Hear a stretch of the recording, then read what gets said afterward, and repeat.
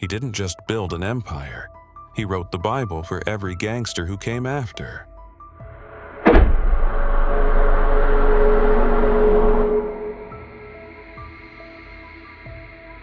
In the hills of Castellammarese del Golfo, Sicily, where ancient stone houses clung to cliffs above the Mediterranean, Salvatore Maranzano was born in 1886. But this wasn't just another poor Sicilian boy destined for the fields or the sea. Maranzano was different. While other children learned to work with their hands, he learned to work with his mind. His family sent him to study for the priesthood. He read Latin, studied Roman military strategy, memorized the tactics of Julius Caesar and the campaigns of ancient generals. He was supposed to become a man of God, a shepherd of souls. Instead, he became a shepherd of wolves. By the time he was a young man, Maranzano had made his choice. The church held no power in Sicily, not real power. The real authority belonged to those who controlled the shadows, the men who made the rules when the government looked away. He joined the Mafia, not as a common soldier, but as a thinker, a strategist. He studied violence the way he had studied scripture, with discipline and precision. He understood that power wasn't about who could shoot the fastest or shout the loudest. Power was about structure, organization, hierarchy. Power was about building something that would last. In Sicily, he rose quickly. He didn't just follow orders, he gave them. He didn't just survive, he dominated. But Sicily was small, crowded with ambitious men and old feuds. Maranzano looked across the ocean to America, where the streets were said to be paved with gold, where prohibition had turned alcohol into liquid power, where a smart man with no fear could become a king. In 1925, at nearly 40 years old, Salvatore Maranzano boarded a ship and left Sicily forever.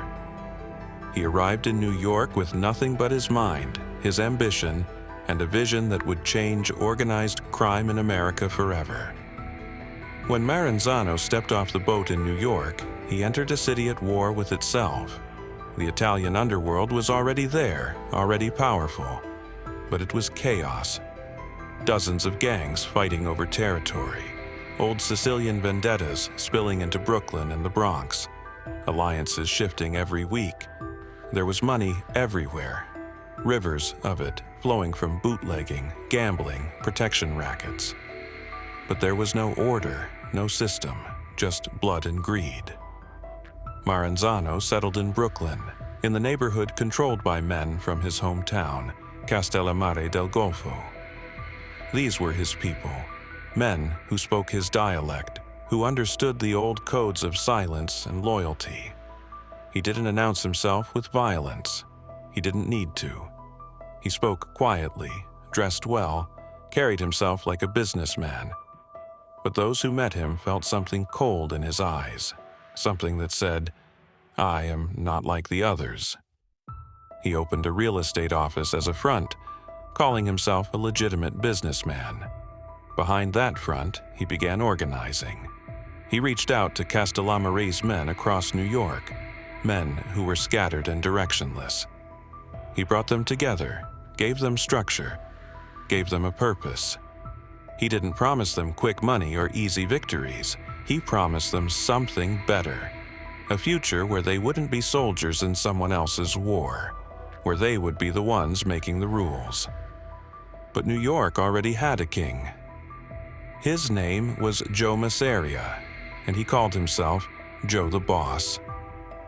Masseria was old school, a street thug who had clawed his way to the top through violence and intimidation. He controlled Manhattan, parts of Brooklyn, and had his hands in every racket that mattered. He was fat, loud, crude, everything Maranzano despised. But more than that, Masseria represented the old way of doing things. Chaos pretending to be power, strength without strategy. Maranzano looked at Masseria and saw an obstacle. And obstacles, he knew, were meant to be removed. By 1930, the tension between Maranzano and Masseria had exploded into open warfare. It was called the Castellammarese War, named after Maranzano's hometown, and it turned New York into a battlefield. Bodies dropped in the streets, restaurants became execution chambers, and every day brought new betrayals and new corpses. But this wasn't just a gang war. This was a war of philosophies, a war between the old world and the new. Masseria fought like a bull, aggressive, brutal, throwing his weight around. He had more men, more money, more connections. On paper, he should have crushed Maranzano in weeks. But Maranzano didn't fight like a bull. He fought like a Roman general. He studied his enemy, identified weaknesses, divided loyalties, turned allies into enemies. He didn't just react, he planned, calculated, waited for the perfect moment to strike. Maranzano recruited smartly. He brought in young, ambitious men who were tired of Masseria's outdated methods. Men like Joe Bonanno, a sharp Sicilian who understood the value of silence and strategy. Men like Joe Profazzi, who controlled the olive oil trade and used it to smuggle everything else. Men who saw in Maranzano not just a boss, but a visionary. These weren't thugs looking for a quick score. These were builders. Men who wanted to create something that would outlast them. But Maranzano's greatest move wasn't recruiting his own men. It was turning Masseria's men against him. He reached out to Charles Lucky Luciano, one of Masseria's top lieutenants, a young Sicilian with American ambitions. Luciano was smart, ruthless, and tired of taking orders from a dinosaur. Maranzano made him an offer. "Help me kill Masseria, and you'll have a place in the new order." Luciano listened. Luciano agreed. And on April 15, 1931, Joe Masseria sat down for lunch at a restaurant in Coney Island. He ate well, played cards, laughed. Then Luciano excused himself to go to the bathroom. Seconds later, gunmen walked in and shot Masseria 5 times. He died face down in his spaghetti, blood pooling on the checkered tablecloth. The old king was dead, and Salvatore Maranzano stood alone at the top. With Masseria gone, Maranzano moved quickly. He didn't celebrate, didn't gloat. He understood that killing one king only created a vacuum, and vacuums were dangerous. He needed to create something permanent, something that would prevent another war. He needed to create a system. In the spring of 1931, Maranzano called a meeting. Not just a meeting of his own men, but a summit of every major Italian gangster in New York and beyond. Hundreds of men gathered in a hall in the Bronx, dressed in their best suits, suspicious, curious, afraid. They had heard stories about Maranzano, the scholar, the strategist, the man who had outsmarted Joe the boss. Now they would see what he really wanted. Maranzano stood before them like a professor before students. He didn't shout, didn't threaten. He spoke calmly, clearly, like a man explaining a mathematical proof. He told them that the old way was finished. The old way, chaos, betrayal, endless wars, had nearly destroyed them all. It was time for a new way, a structured way, an organized way. He laid out his vision. The Italian underworld would be divided into families, each with its own territory, its own boss. Each family would have a clear hierarchy, the boss at the top, an underboss beneath him, then captains, then soldiers. No confusion, no overlap, no disputes about who answered to whom. Every man would know his place, and every family would respect the other's boundaries. But Maranzano went further. He declared himself capo di tutti capi, the boss of all bosses. He would be the final authority, the supreme power above all the families. He would settle disputes, approve major decisions, maintain order. He didn't ask for this title, he took it. And in that room, filled with killers and criminals, no one dared to object. He assigned the 5 families of New York: Luciano, Profaci, Gagliano, Mangano, and his own family, which he would lead personally. He set the rules: no fighting between families without permission, no dealing with cops, no targeting civilians unless absolutely necessary. He created a structure that mirrored the Roman legions he had studied as a boy. He didn't just create a criminal organization, he created a government for the underworld. The men in that room listened, nodded, accepted. Salvatore Maranzano had just invented the American Mafia as the world would come to know it. He had written the rulebook. He had built the foundation. He was the architect of everything that would follow. For 5 months, Maranzano ruled as the undisputed king of organized crime in America. He operated from a real estate office on Park Avenue, legitimacy as his mask, violence as his sword.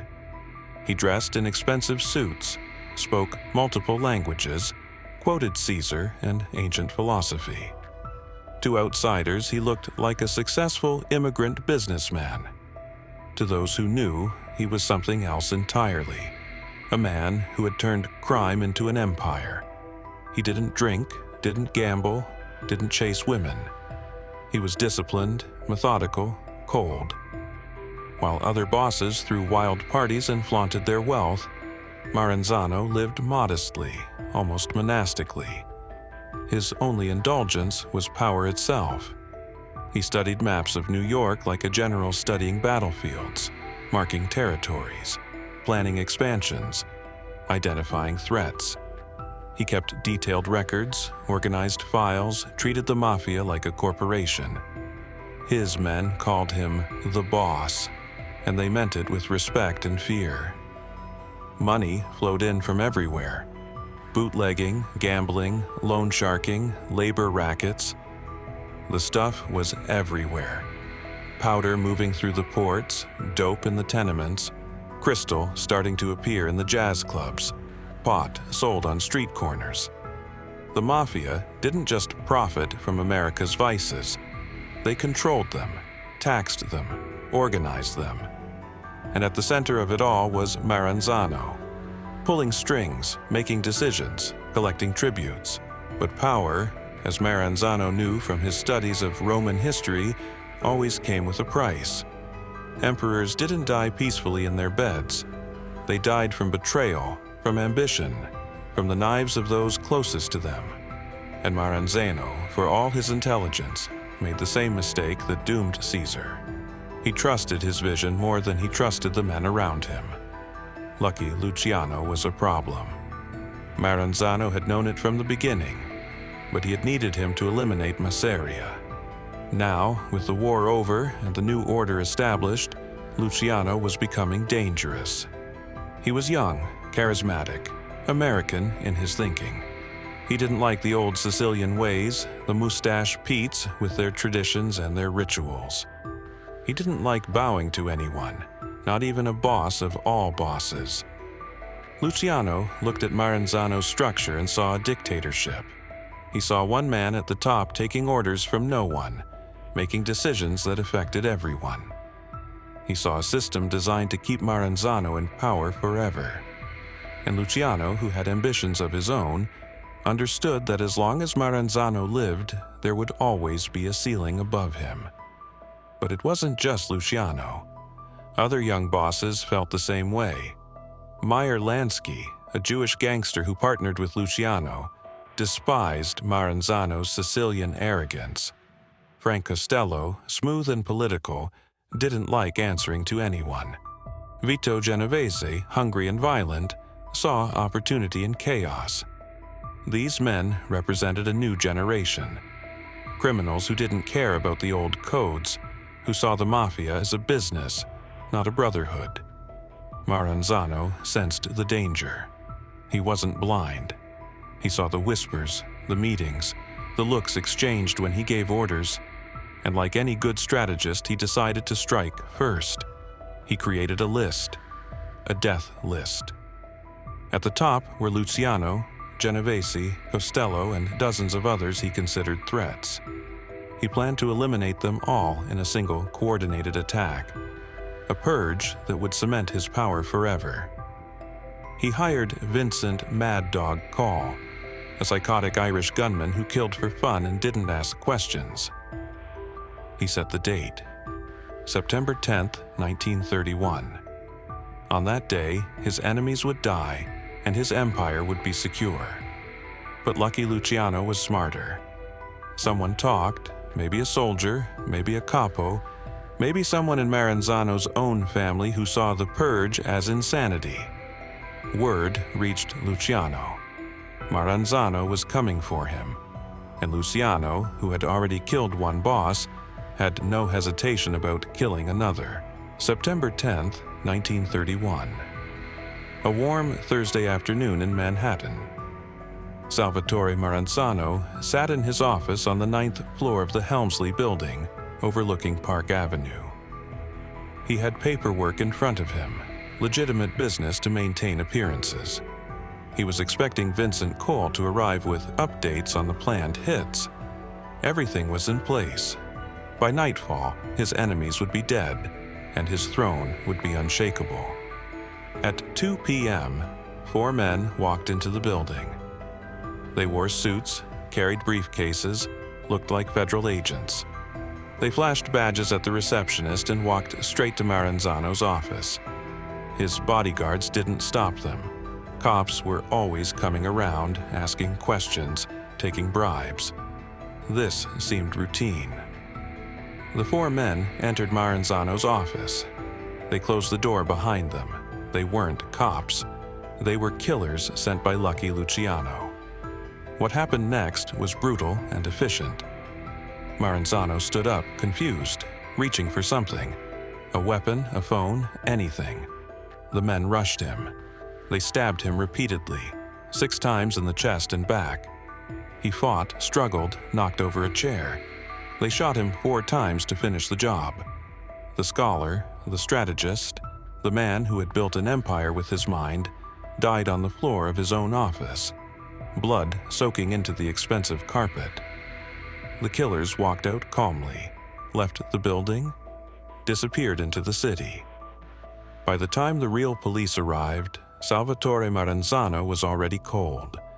The first boss of all bosses had ruled for exactly 5 months.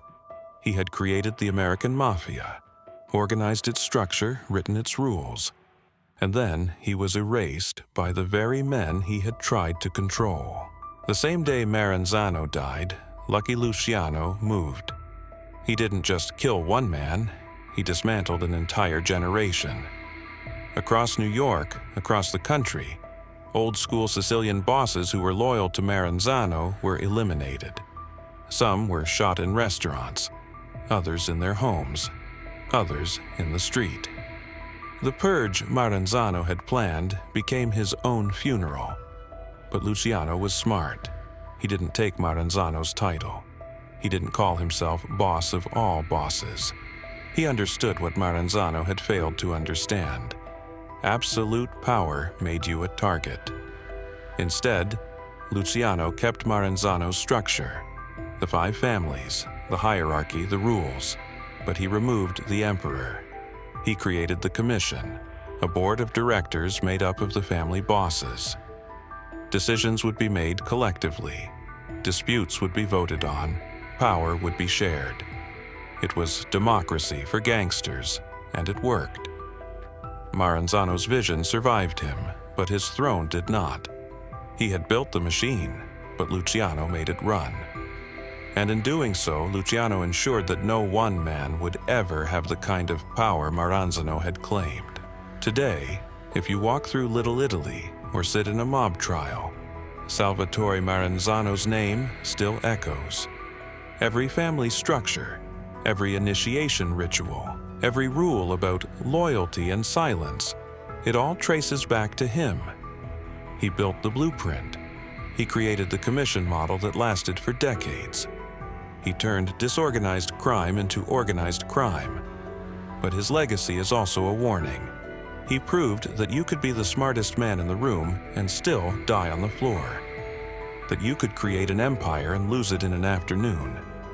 That power without adaptability is just a throne waiting for an executioner. Lucky Luciano learned from Maranzano's mistake. So did every boss who came after. Share power or die alone. Build a system bigger than yourself or be destroyed by those beneath you. Maranzano understood strategy, but he didn't understand evolution. He thought he could freeze power in place, make himself eternal. Instead, he became a cautionary tale. The families he created still exist: Bonanno, Gambino, Genovese, Lucchese, Colombo. The rules he wrote are still followed. The hierarchy he designed is still in place, but the title he claimed, boss of all bosses, died with him on that September afternoon. No one has dared to claim it since. Who was Salvatore Maranzano, really? A scholar who became a killer? A visionary who built an empire? A dictator who overreached? Maybe all of it, maybe none of it. The truth is, Maranzano was a paradox. A man who studied Caesar but forgot how Caesar died, who preached organization but created resentment, who wanted immortality but lived only 5 months as king. He never touched the stuff he sold, never smoked pot, never chased powder or dope or crystal. He was clean, disciplined, almost puritanical. He didn't drink at celebrations, didn't indulge in the spoils of his empire. He was a monk in a world of sinners, and maybe that's why they killed him. He stood apart, above, untouchable. And in the underworld, being untouchable just makes you a target. His funeral was small, quiet. No grand procession, no public mourning. The men he had organized sent flowers but didn't attend. The cops investigated but didn't care. He was just another dead gangster, another body in a long line of bodies. But the men who knew, the ones who had sat in that Bronx hall and heard him speak, who had watched him turn chaos into order, they knew the truth. Salvatore Maranzano wasn't just another boss.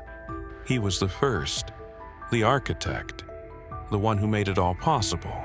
Before he died, Maranzano established rules that governed the Mafia for generations. These weren't suggestions, they were commandments, carved into the culture of organized crime. 1. Loyalty above all. You never betray the family. Not for money, not for love, not for anything. Betrayal meant death, not just for you, but for anyone who helped you. 2. Omertà, the code of silence. You never talk to cops, never testify, never cooperate. Even if they arrested you, even if they threatened your family, you stayed silent. Speaking was worse than dying. 3.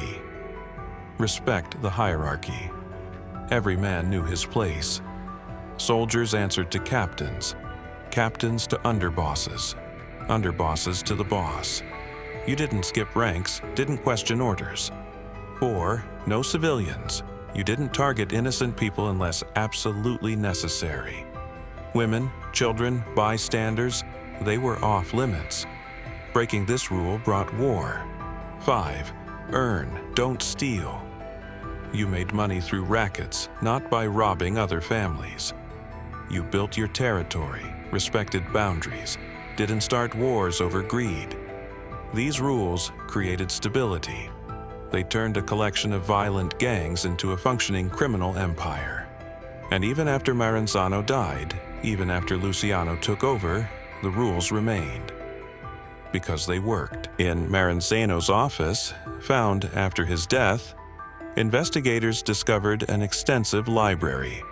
Books on Roman history, biographies of Julius Caesar, military strategy guides, texts on governance and empire building. He had annotated them, underlined passages, written notes in the margins. He studied these texts the way a general studied maps before battle. He was obsessed with Caesar, how Caesar rose to power, how he organized his legions, how he conquered territories. But ironically, he missed the most important lesson. Caesar was killed by his own senators, by men he trusted, by the very system he created. Maranzano read the story 100 times, but never saw himself in it. He thought he was building an empire. He didn't realize he was writing his own assassination. His men found it strange. This gangster who quoted Latin, who referenced ancient battles, who treated crime like a college course. But that's what made him dangerous. He wasn't just a thug with a gun, he was a thinker with an army. When Maranzano organized the 5 families of New York, he created a structure that would define American organized crime for a century. The Luciano family, later Genovese, Lucky Luciano's crew, the most powerful and influential. They controlled Manhattan, the waterfront, labor unions. After Luciano, Vito Genovese took over, then Frank Costello, then a succession of bosses who maintained dominance. The Profeci family, later Colombo, Joe Profeci's organization, built on the olive oil trade and used as a front for smuggling everything else. Profeci was old school, traditional, respectful of Maranzano's vision. The Galliano family, later Lucchesi. Tommy Galliano ran a quiet, efficient operation focused on labor rackets and the garment district. They kept low profiles and made steady money. The Mangano family, later Gambino, Vincent Mangano, controlled Brooklyn and the docks. Later, after internal wars and betrayals, Carlo Gambino took over and turned it into the most powerful family in America. The Maranzano family, later Bonanno, Maranzano's own crew, handed to Joe Bonanno after his death. Bonanno was loyal to Maranzano's memory and tried to maintain the old traditions. These families fought, made peace, betrayed each other, but they survived. Because Maranzano had given them a structure that was bigger than any one man. He had built a system that could outlast its creator. Over the decades, Salvatore Maranzano has been mythologized, turned into a legend that's half truth, half fiction. Some say he was a genius, a mastermind who revolutionized crime. Others say he was a tyrant, a man drunk on power who got what he deserved. The truth, as always, is somewhere in between. He was brilliant, no question. He saw patterns where others saw chaos, structure where others saw violence. He took street thugs and turned them into an organization. He took scattered gangs and built families. He took crime and made it corporate. But he was also arrogant. He believed his intelligence made him untouchable, that his strategies would always work, that his position was secure. He underestimated Lucky Luciano, the one man who was just as smart and far more ruthless. He thought he could plan a purge without anyone finding out. He thought he was Caesar, but he forgot that even Caesar fell. The man who built the Mafia couldn't survive it. That's the irony of Salvatore Maranzano. He created the perfect system for criminal enterprise, and then the system killed him. That date marks a turning point in American crime. Before Maranzano's death, the Mafia was Sicilian, old world, traditional. After his death, it became American, modern, corporate, efficient. Luciano opened it up, brought in Jewish gangsters like Meyer Lansky, Irish partners, anyone who could make money and keep quiet. The ethnic barriers fell. Crime became an equal opportunity employer, but the structure remained. Maranzano's hierarchy, his families, his rules, they all stayed in place. September 10th, 1931, was the day the American Mafia was born and the day its creator died. The same day, the same afternoon, history turned on 6 stab wounds and 4 bullets. Walk into a mob trial today, listen to the prosecutors, hear the testimonies. They still talk about families, about bosses and underbosses and soldiers. They still reference the commission, the structure, the hierarchy, All of it, every bit of it, comes from Salvatore Maranzano. He didn't live long enough to see what he built. He died thinking he had failed, that Luciano had destroyed his vision. But he was wrong. His vision survived. It evolved, adapted, but it survived. The American Mafia as we know it, the families, the structure, the rules, is Maranzano's legacy. Every mob movie you've ever seen, every crime documentary, every book about organized crime, they all reference his work, knowingly or not. The Godfather's family structure, Maranzano. Goodfellas' hierarchy of made men, Maranzano. The Sopranos' commission meetings, Maranzano. He built the foundation. Everyone else just lived in the house. Maranzano wanted to be remembered as the greatest boss who ever lived, the man who organized chaos and ruled with absolute authority. Instead, he's remembered as a cautionary tale, the man who reached too high, too fast, and fell harder than anyone. His 5-month reign is a lesson taught in every criminal organization. Don't make yourself indispensable. Don't make yourself a target. Don't think you're smarter than everyone else. Share power or someone will take it from you. Build a system bigger than yourself or die trying to protect your throne. Lucky Luciano understood this. Carlo Gambino understood this. Every successful boss who came after understood this. They learned from Maranzano's mistake, and in learning from it, they proved that his vision was right. Just his execution was wrong. The scholar who studied emperors became one. And like every emperor, he learned that the crown is heavy and the fall is long. Some men chase power, some men build it, but only a few understand that the empire you create will always outlive you. And sometimes it's the empire that writes your ending. Salvatore Maranzano built the Mafia, then the Mafia buried him.